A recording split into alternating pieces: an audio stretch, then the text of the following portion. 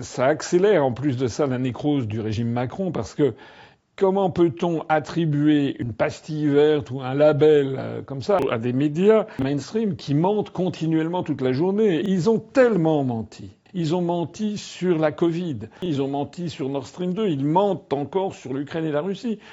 Donc les gens découvrent qu'en effet, les complotistes, ils avaient raison pour le Covid-19. Ils avaient raison au sujet de Zelensky, au sujet de ce régime ultra corrompu.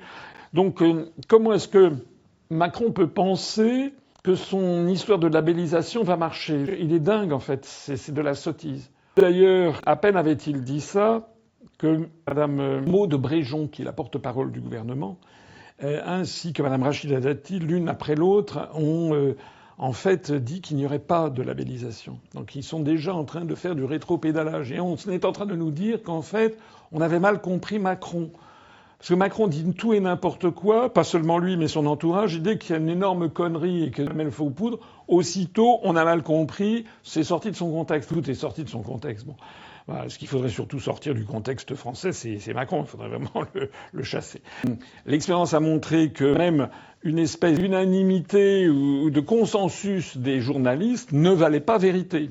Il faut laisser parler tout le monde. C'est pas parce que quelqu'un paraît seul à dire quelque chose qu'il a tort. Toute l'histoire du monde a montré que la vérité, c'est pas par consensus.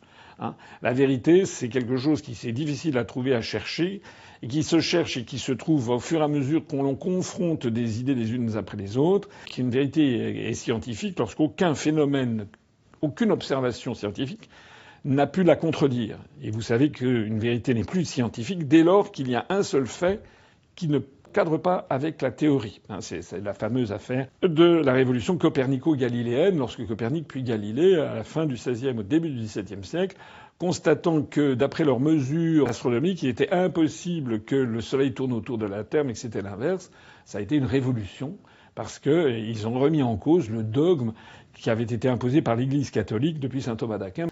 Et donc, toute l'histoire, la grandeur du monde occidental, parlons-en en termes de civilisation, c'est justement qu'il peut y avoir parfois une conscience qui se lève, ou quelques consciences qui se lèvent, et même si elles sont contre le consensus général, c'est elles qui ont raison. On a des quantités d'exemples dans notre histoire, de Jeanne d'Arc à Charles de Gaulle. On a des exemples comme ça où quelqu'un se lève et il a raison contre tout le monde. Et d'ailleurs, ça serait encore une fois une raison fondamentale pour que les partis d'opposition et même les partis de la majorité lancent la procédure de destitution de Macron. C'est insupportable que ce monsieur qui a tout raté sur tout, qui n'a plus que 11% de soutien dans la population française, prétende maintenant transformer la France en une dictature officielle.